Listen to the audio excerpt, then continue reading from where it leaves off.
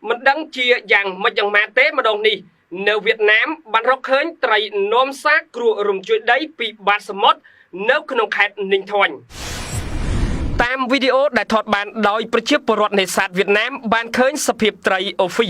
ได้บานดัดกันตุยในเลือดจางสมดมวยขนมขาดหนึ่งท้อนในประเทศเวียดนามเพลียมกรอยประเทศเคยไตรมูนีกรมในศาสตร์เวียดนามก็บานประหลาดไตรนอมซาปีกรัวรวมจุดได้ตลอดโจลเตอสมดวิงโยงตามประปอนซับไซเวียดนามไตรสัญญากรมมูนีตระบานเราเคยการปีปรักไงตีดับประใบไข่อุสเพียตามประเทศในศาสตร์เวียดนามเลือกเจ้าบานอ้างถาไตรนี้มีประวัติ7 ปีเมตรហើយរកឃើញកន្ទុយត្រីបានដាច់លោកជើបានបន្តទៀតថាបាតុភូតត្រីអណ្ដែតនាំសារពីបាត់សមុទ្រនេះនៅលើច្រាំងក្នុងភូមិមិនធ្លាប់មានពីមុនមកទេ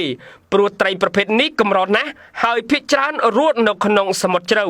គួរបញ្ជាក់ថាត្រីប្រភេទនេះនៅក្នុងវប្បធម៌ប្រជាជនជប៉ុនត្រូវបានគេជឿជាក់ថាជាប្រភេទត្រីនាំសារគ្រោះរញ្ជួយដីពីបាត់សមុទ្រហើយនៅពេលវាឡើងមកដល់លើគោកជាសញ្ញានៃការរញ្ជួយដីឬរលកយក្សស៊ូណាមីដែលអាចនឹងខិតជិតចូលមកដល់ទោះជាយ៉ាងណាក៏ដោយមិនមានភស្តុតាងវិទ្យាសាស្ត្រដើម្បីបញ្ជាក់ពីអបិយជំនឿលើរឿងនេះទេអហ្វីជាធម្មតាពួកវារស់នៅក្នុងកម្រិតទឹកជ្រៅមហាសមុទ្រចាប់ពី200 ម៉ែត្រទៅ1000 ម៉ែត្រជំរករបស់ពួកគេគឺជារស់នៅកន្លែងងងឹតដែលពន្លឺព្រះអាទិត្យស្ទើរតែមិនអាចទៅដល់បានក្នុងឆ្នាំ2011មុនការរំជួយដី Fukushima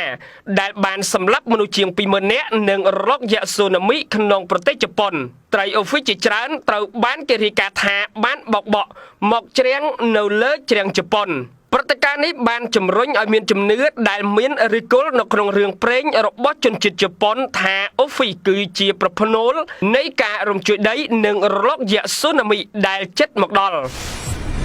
ខ្ញុំបាទនិនសុភ័ក្រពីកម្មវិធី MSJ TV News